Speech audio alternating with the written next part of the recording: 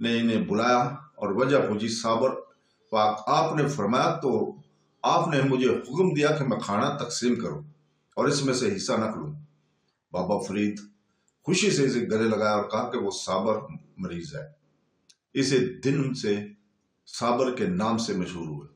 انہوں نے اپنی زندگی کے کئی سال بابا فرید کے ساتھ گزارے اور بابا فرید سے مذہبی اور روحانی خواہشات حاصل کی۔ پھر بابا فرید مسعود گنج نے انہیں خلیفہ جانشین مقرر کیا اور کلیار، جو کہ اترکانڈ کے صوبہ میں واقع ہندوستانی شہر میں ہے، وہاں بھیج دیا۔ اس وقت بادشاہ علاء الدین خلجی تھا۔ ان کی شخصیت بہت سے معجزات کا سرچشمہ تھی۔ ان کا مقبرہ پیرانے کلارے شریف کے نام سے بھی جانا جاتا ہے، جو دریائے گنگا کے ساتھ روڈ کی سے 7 کلومیٹر کے فاصلے پر کریار میں واقع ہے۔ ان کا مزار دنیا بھر کے اولیاء، جانشینوں اور پیروکاروں اور لوگوں کے لیے مرکزی روحانی نقطہ اور برکت کا ذریعہ ہے۔ اس حکم کو ان کے حوالہ اور نسبت سے چشتی صابری آرڈر کہا جاتا ہے۔ سلسلہ چشتی صابریہ، چشتی صابری کا حکم سلسلہ ولایت حضرت علی حیدر کرار سے شروع ہوا اور پھر یہ روحانی ترتیب خواجہ حسن بصری تک جاری رہی۔ یہ روحانی ترتیب مزید خواجہ حسن بصری کے جانشینوں کے ذریعے ایک بستی کا نام تک پہنچی۔ خواجہ ابو اسحاق شامی چشتی اس حکم کے اولیاء میں سے تھے اور چشتی حکم کے سربراہ بھی تھے۔ انہیں سر چشتیاں بھی کہا جاتا ہے۔ خواجہ ابو اسحاق شامی چشتی ایک بستی چشت سے تعلق رکھتے تھے اور اسی وجہ سے چشتی کہلاتے تھے۔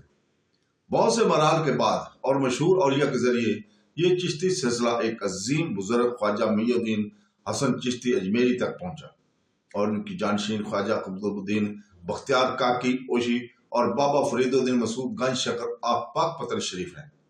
بابا فرید الدین مسعود گنج شکر کے کئی جانشین اور ان کی شمار کرنا ناممکن ہے، لیکن بابا فرید گنج شکر کے کتبین مذہبی پیروکار 22 ہیں۔ سب سے مشہور مذہبی اور روحانی کتب سلطان اولیاء خاتم الارواح سید مخدوم علاء الدین علی احمد صابر کلیاری ہیں اور محبوب الہی خواجہ نظام الدین اولیاء۔ خواجہ نظام الدین اولیاء کے جانشین اور پیروکاروں کو چشتی نظامی کہا جاتا ہے۔ مخدوم علاء الدین علی احمد صابر کے جانشین اور پیروکار چشتی صابری کہلاتے ہیں۔ یہ چشتی صابری کا حکم اور اس کی برکات حضرت سیدنا شاہ صابری تک پہنچی۔ کالس شریف نزد ملکوال ضلع سرگودا کے ذریعے سید مردان علی شاہ چشتی صابری، جو سید احمد شاہ کے جانشین تھے، دربار صابری کالس شریف اپنے پیروکاروں اور لوگوں تک چشتی صابری آرڈر کے برکات اور روحانیت پھیلاتے رہے۔ پیر سیدنا شاہ صابری اور ان کے بیٹے پیر گلزار حسین شاہ صابری حضرت مخدوم صابر پاک کے مشن کو جاری رکھا۔ انہوں نے اپنی پوری زندگی اس مشن کی تکمیل کے لیے صرف کر دی۔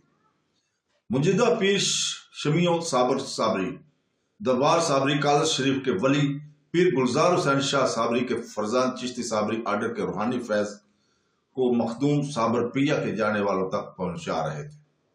دار حقیقت کلاش شریف براہ راست کلیار شریف سے منسلکہ اور مخدوم صابر پیا کے فضل و کرم کے ایک مقدس مقام ہے۔ ان کے جانشینوں میں خواجہ شمس الدین تل پانی پت، شاہ عبد القدوس گنگوئی، حضرت شاہ جلال الدین، حضرت نور الحق، حضرت خواجہ قمر الدین سید احمد شاہ اور حضرت ابو انیس محمد برکت علی۔ تاہم ان کی زندگی میں صرف خواجہ شمس الدین ترک پانی پتی کا خلیفہ بنایا گیا اور ان کا ایک گھوڑے والا قصہ بھی تھا اور حضرت صابر پیا کی میت کو لے کر ایک جھونپڑی کے اندر گیا اور پانی لے کر انہیں غسل دیا۔ سب حیران و پریشان تھے کہ یہ کون ہے اور جھونپڑی کے اندر کیا ہو رہا ہے۔ تھوڑی دیر بعد وہ اکیلا میت کو باہر لے آیا اور اس کی نماز جنازہ پڑھنے کے لیے قطاریں بنانے لگا اور نماز پڑھ کر پھر میت کو دفن کر کے نکلنے کے لیے تیار ہو گیا۔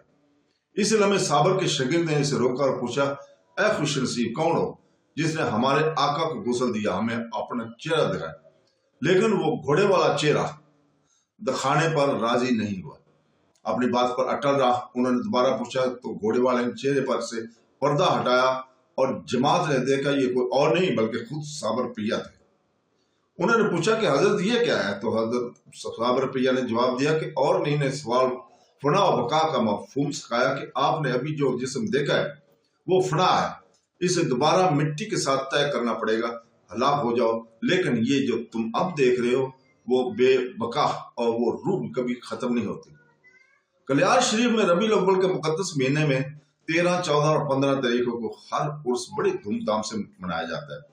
ربیع الاول کے چاند کی ایک جھلک دیکھنے کے بعد سردار پادری اپنے پرانے گھر کلیار گاؤں میں چلے جاتے ہیں، کمرے کے اندر وہ خاتم شریف پڑھتے ہیں اور سر پر پلیٹ رکھ کر باہر نکل جاتے ہیں۔ تو دوستو، اس کے ساتھ ہی ہم کل تک کے لیے آپ سے اجازت چاہتے ہیں۔ کل ہم خواجہ سلطان العارفین کی سیرت اور ان کے مزار کی تاریخ بیان کریں گے۔ کل تک کے لیے اجازت، اللہ حافظ۔